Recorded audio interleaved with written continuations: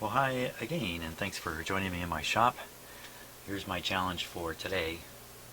This radio, one day. So, as usual, I really don't know the condition of it, although, boy, it sure looks nice. Looks to be in great shape. Look at that.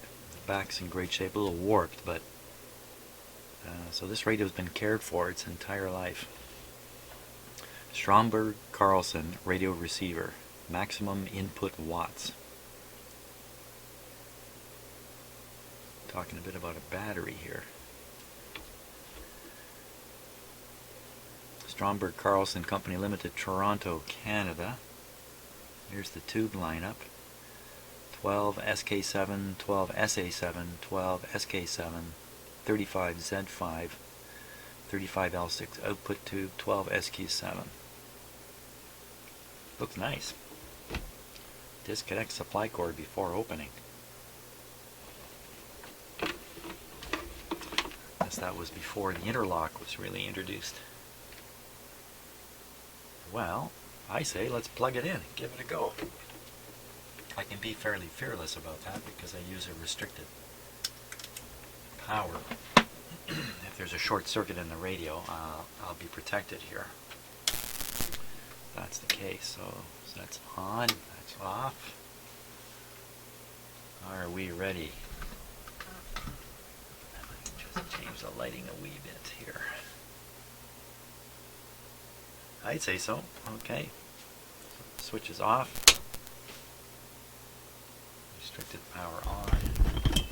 There, we're just going to do it with one light bulb. There we go. Switch on.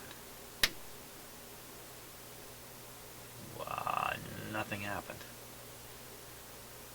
Nothing at all happened. Okay, that's not particularly good.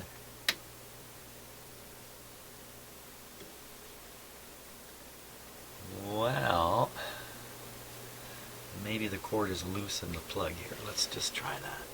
I'm a little nervous about the situation here.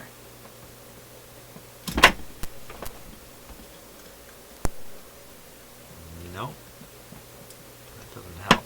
Okay, switch off, power off. Well, hey, like that. Totally dead radio.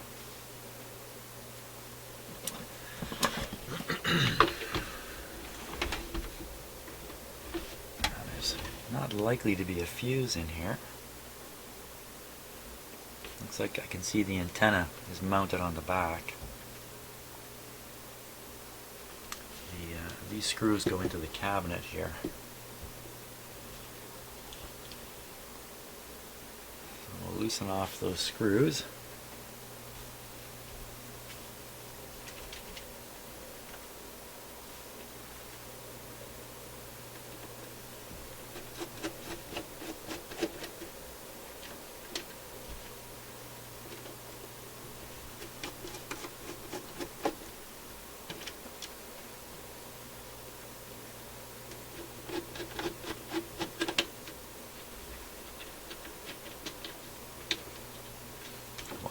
While I'm doing that, I'm looking at this cord, trying to spot any breaks in it, but it looks pretty darn good.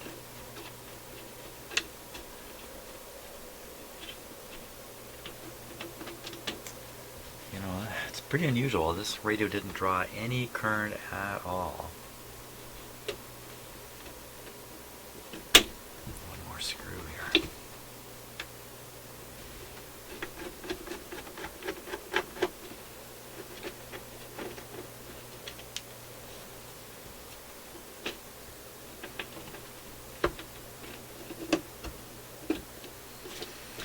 I suspect this is mounted to the back of the radio chassis. Won't tug on it. We'll tug on these.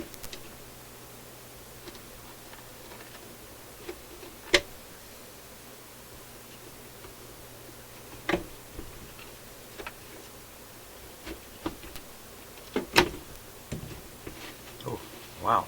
Nothing else holding the radio in. Whew. Just those screws on the back.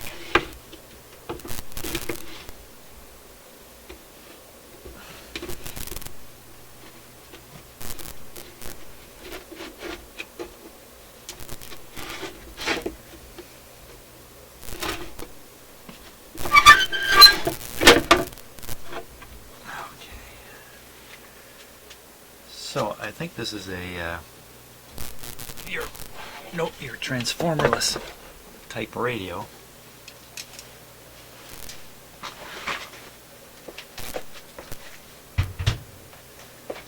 Just set the cabinet out of the way.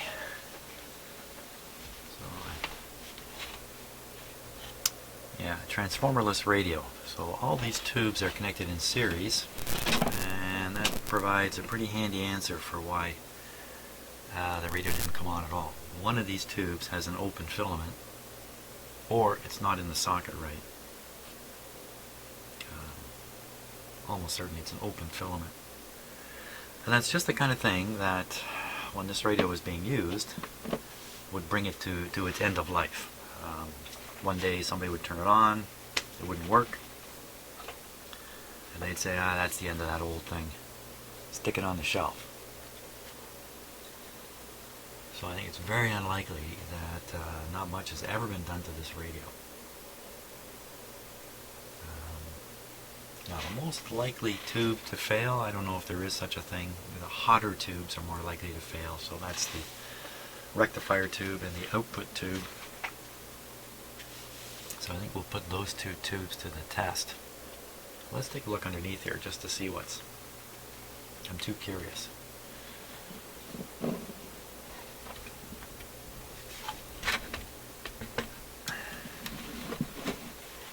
I think you could basically call this all original. Yeah, I'd say every part in there is original. Big bus running through it here, grounding bus, negative B plus bus, you could call it. So the chassis is probably connected to it via a capacitor somewhere in here.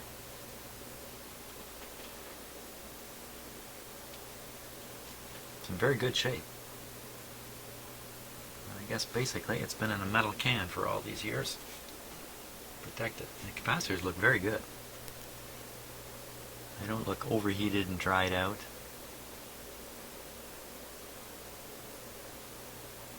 Yeah, the whole thing looks great.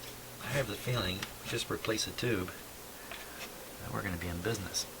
And that makes my radio in a day challenge pretty easy to win. Okay. I'll get ready to test the output tube and the rectifier tube here. Okay, let's pop the two tubes out here.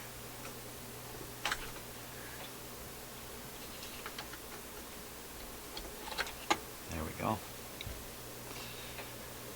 This, I believe, is a 35W5. Well, I think it says on the top, but it's a little too dirty to read. This is a 35L6. Is it 35W5? Is that what it was? 35Z5. So we'll do the rectifier first. 35Z5. Okay, so a 35Z5.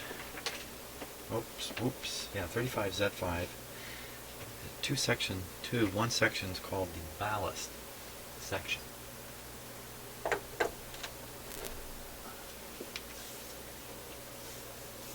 I think that's just a bit of resistance.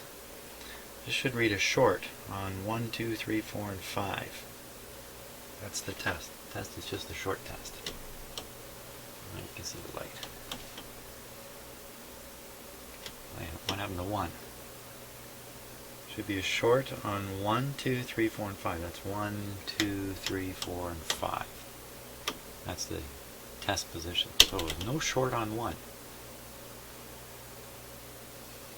It's already failed the test here.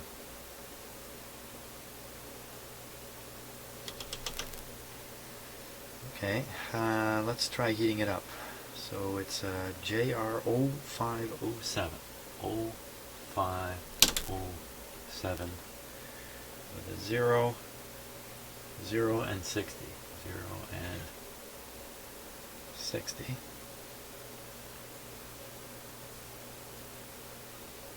And filament voltage is 35 volts. There we go. We already found our dud here. Give it a moment to warm up. I don't see any hint that it's warming up. Okay, so we'll check now for shorts in it. Nothing. You didn't see a flash either, which usually you see a flash in this tube, in this light bulb, even on good tubes. Well, I'll push P3, but I'll bet you it's not going anywhere. P3.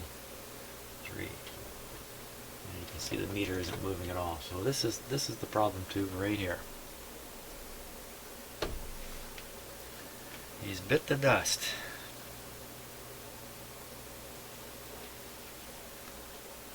I'll have to go see if I can find another one.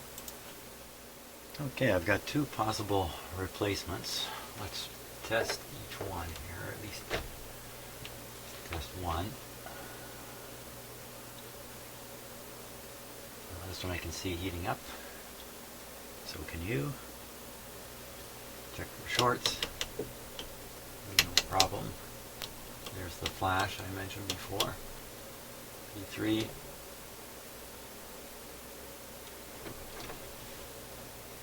That's good.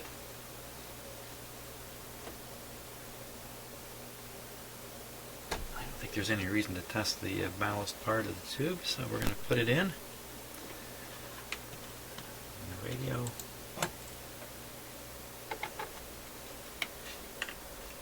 There we go. Put the output tube back in.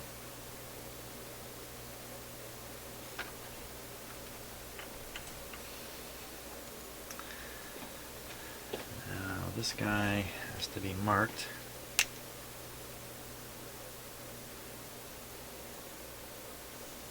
With an X. We'll keep this one handy just in case. Okay, so the power's off. We'll plug them in. Okay. We're on one light bulb, this one back here. Switch is on, volume is down. Okay, this is the first time this radio has been operated in, I'm going to guess, 30 years. But I really don't know. But it's fun to think like that. What's going to happen? Here we go. Excellent. Result. Saw the light flash up quickly. The light bulb's job is to help absorb some of the rush current that shoots in when the tube filaments are all cold because their resistance is low. Look at that. What do you think? I just turn it up and we listen to a radio? I don't even have to turn it up.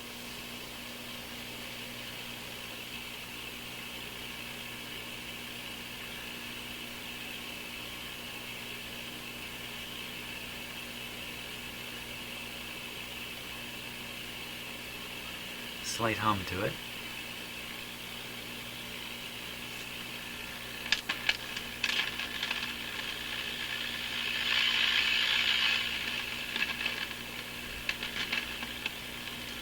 Dirty control.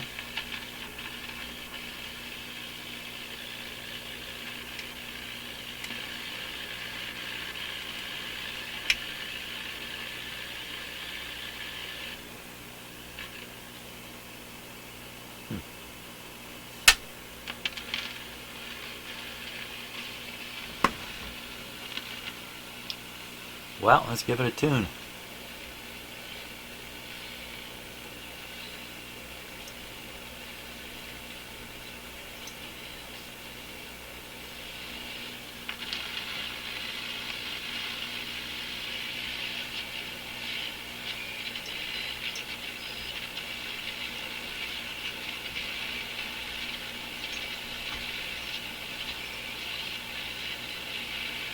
No, that's not too exciting.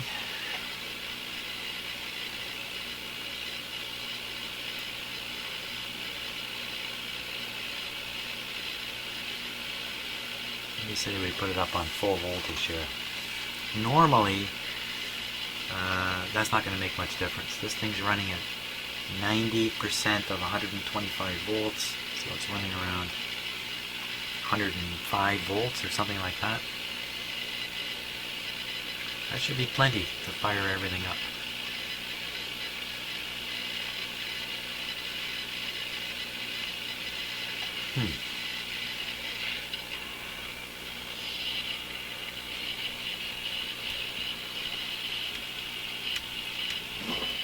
Doesn't seem to be much happening with the antenna.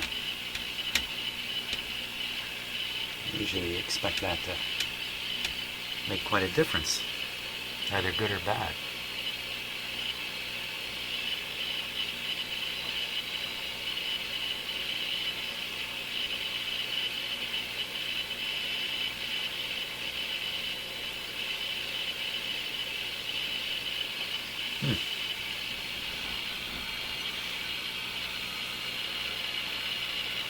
I think I'm going to just leave it running here. Wait a minute.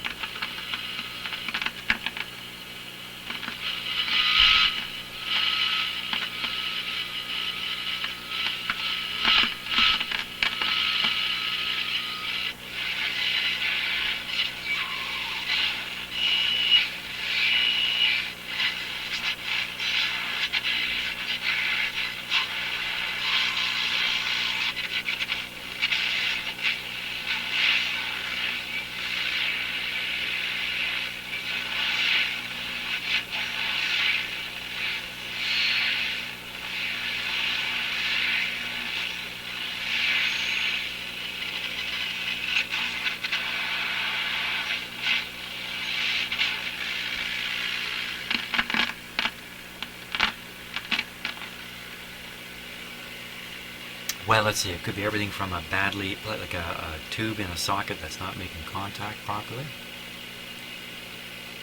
to open anything, open resistor, open capacitor.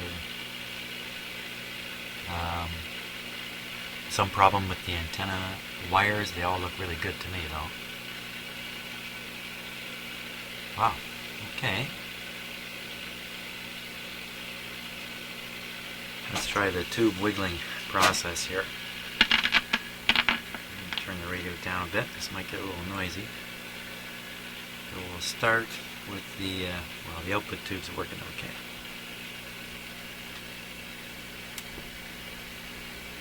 Wow, they're in there pretty solid.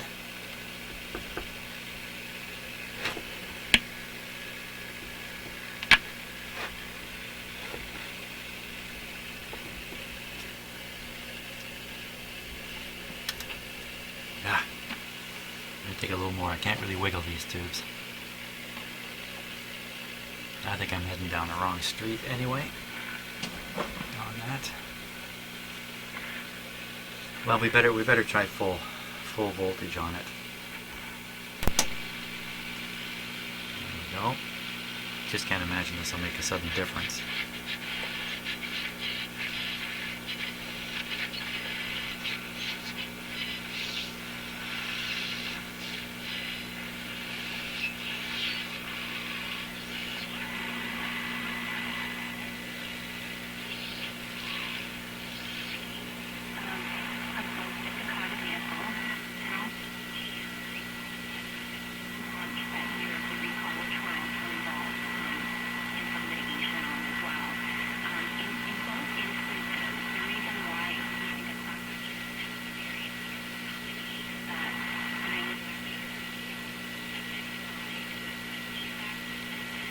Something a little funny going on there.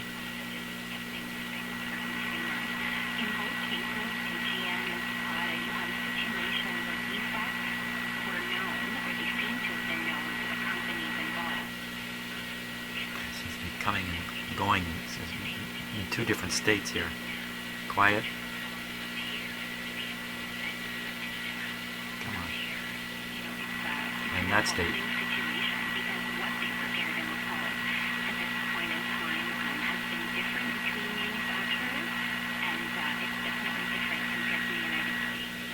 That state. It seems to be bumping back and forth between two states. Okay, let's power it off. It's humming quite a bit, isn't it? Now, somebody told me you can take an old radio like this and just operate it for a while, and the power supply filter capacitor, which is right here, will reform or improve itself. Hasn't been my experience. So what I'm going to do is I'm just going to pop every tube in and out very carefully here. Pins look great.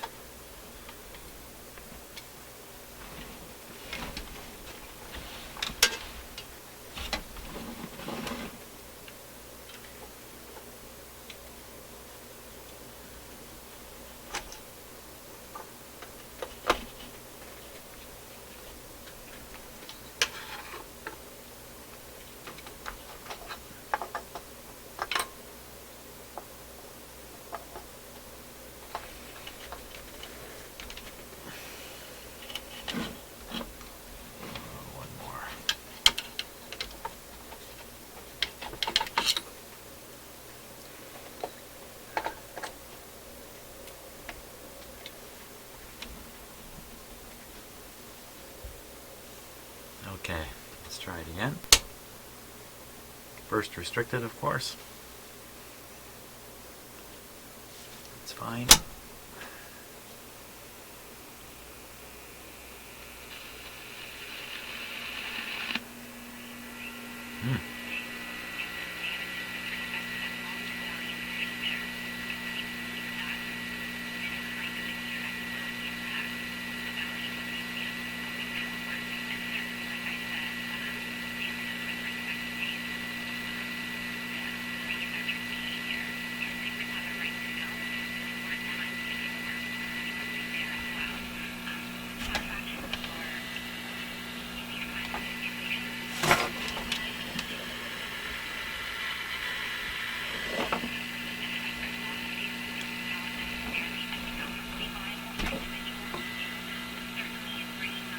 Very distinct hum.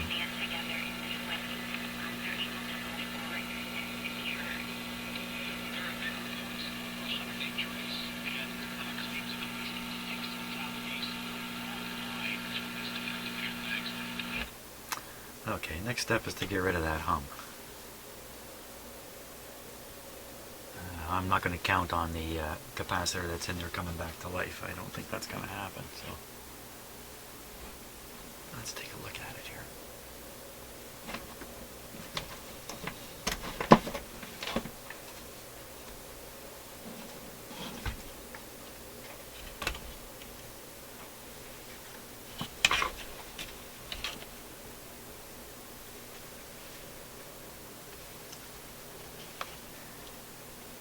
So the filter capacitor is right there.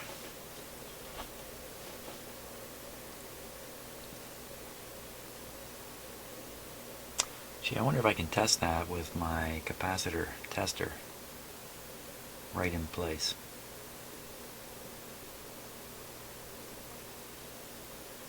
I'm not sure. I haven't got enough experience with doing large electrolytics.